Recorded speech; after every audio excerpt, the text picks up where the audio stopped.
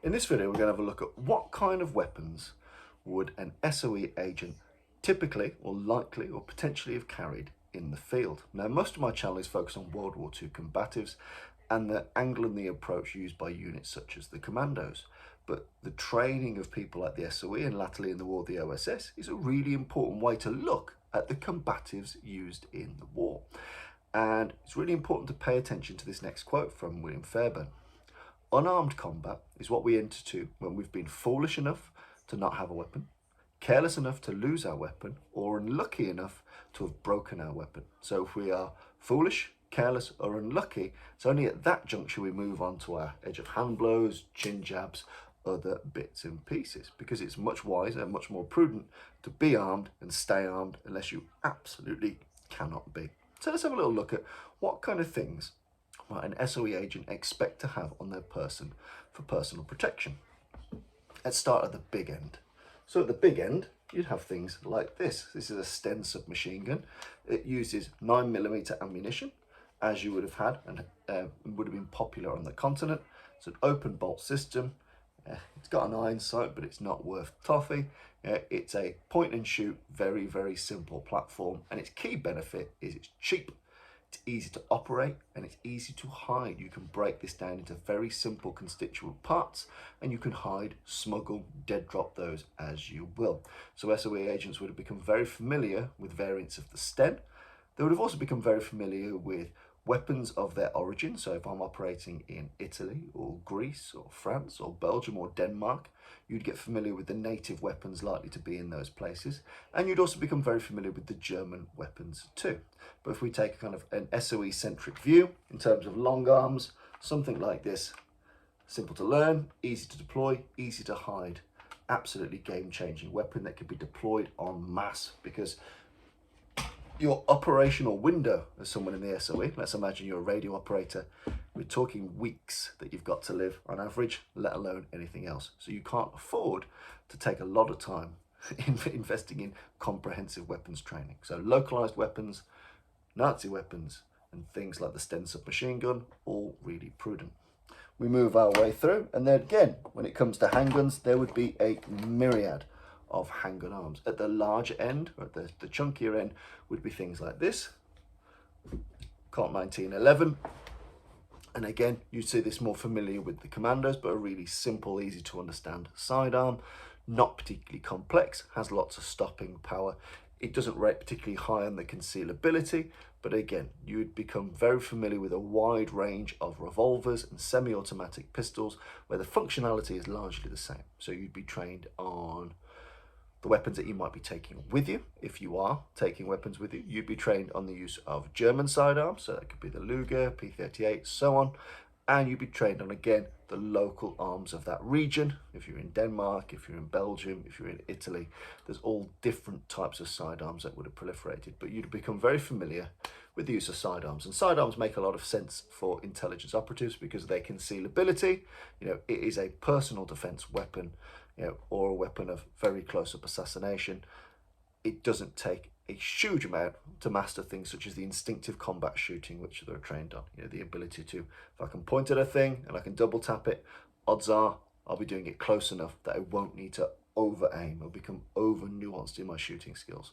Point shooting abounded at that time for its simplicity and ease of use. So those are at the bangy end of S.O.E weaponry. But then we can move our way down. You've got things which are overtly martial in intelligence, such as Fairbairn Sykes fighting knife, like so. Beautifully made, beautifully engineered weapon of predominantly assassination, sentry elimination and removal, but it can be used obviously as a front-on facing fighting knife, although those opportunities are very, very rare. But as you can see, elegant, simple design, doesn't require a huge amount of training. That's the pointy end, put it in the bad guy. But an agent, depending on where they were serving and what they were doing, they'd be well advised and well inclined to carry something like this. Slimline, easy to hide on your person, easy to deploy when you need it and get the job done. And there are variants of this through different time periods of the war. However, it would not have been an uncommon thing for you to have been trained on. Certainly your experience in understanding knives and sentry removal, you would have been using variants of something like this in your training. And ideally you would have some with you. And there are hundreds and hundreds and hundreds of thousands of iterations of these made at all levels of quality. So it is a ubiquitous fighting knife of World War II. Then we can move on to other things. Less overt would be things like, again, this is British Army standard, but you'd have lots of regional variants. Things like a very simple jackknife. So the British Army standard one has this marlin spike here for leather work, patching, canvas and so on. Got a blade here. We've essentially got a relatively functional jackknife self-protection blade here that wouldn't have been weird. So the thing about this is if you're caught with this, it's very obvious that you're up to no good.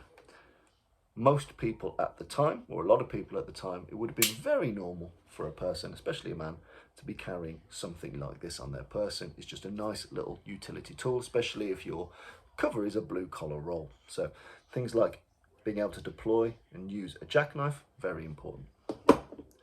Moving our way through, you've got things that are very important, because bear in mind, if you attack someone with this and you don't get it perfect first time, they're going to scream like all hell, and noise is often your enemy, especially if you're an S.O.E. If you're in a commando unit and you're butchering and bolting, you can go in and make lots of noise and go away again. If you're in the S.O.E, dealing with a person might be something kept very quiet, very stealthy, to allow you to do your main job, which would be intelligence, laying charges, doing something a bit quieter, a bit sneakier. And to do that, things that perform very well are cold weapons, such as these. So this is a SAP, nice and simple, lead weighted, flexible here. So we've got our heavy weight here, our flex, little retention lanyard, very simple and easy to deploy, striking with the flat or the rim of it, back of the head, front of the jaw, from any particular angle.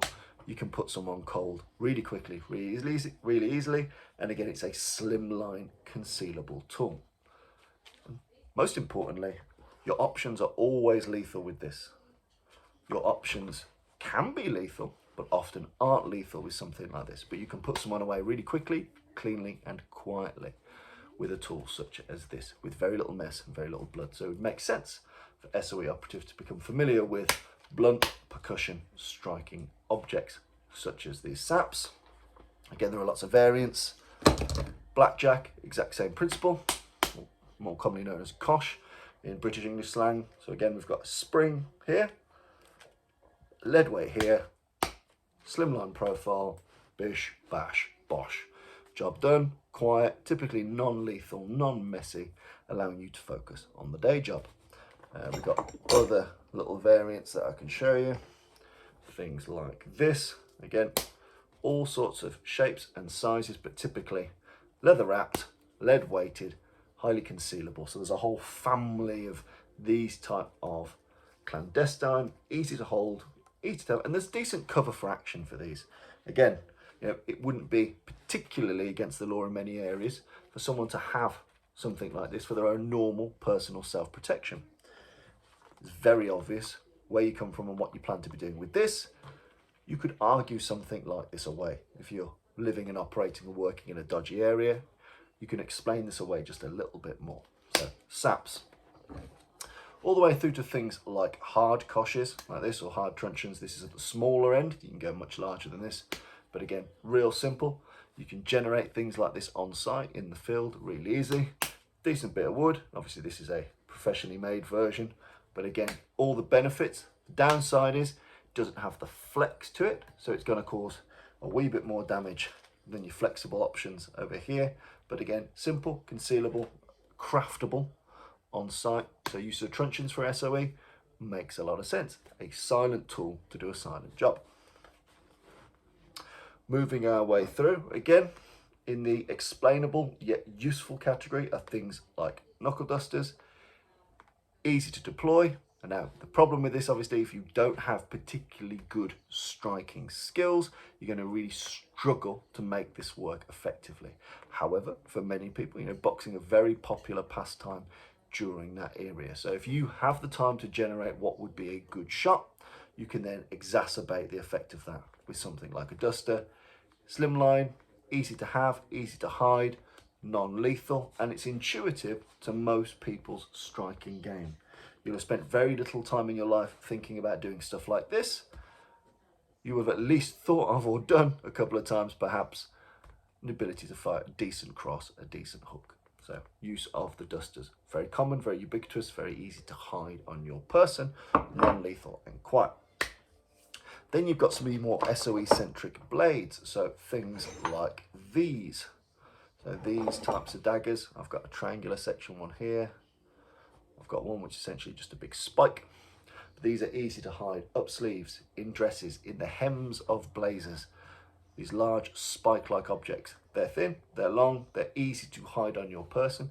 Potentially can get you through and past a pat down too if the person's not particularly thorough, but they're very, very, very deployable. So you can see, nice spiked tool, in, out, get the job done, hide it, conceal it, do it again. So these types of spike knives. We've then got ubiquitously things like this. So these thumb style knives. Pull it out, you can see an example of the blade. There are lots of variations, but it's got a little something for grip. And again, I might have this. You can see the fabric and the cat hair here. That might be sewn into my lapel. It might be sewn under my collar here, as you can see. You know, be very easy to hide something like this in a sleeve, in a dress, wherever. And again, I'll pull this out in the case of extremist emergency. Deploy this, often really your only major targets are the eyes or the throat. Use that as the distraction to get gone or to finish the job with another tool in another way. But again, with things like this, it's very obvious that you're up to clandestine work, as it is with the previous spike blade. Very obvious, I'm up to clandestine work.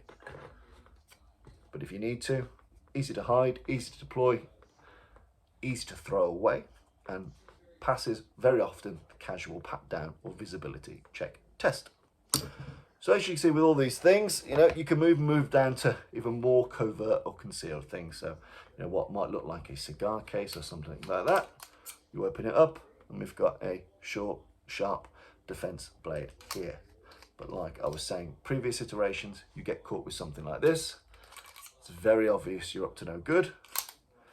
If you get caught with something like this, you could explain it away a bit more casually.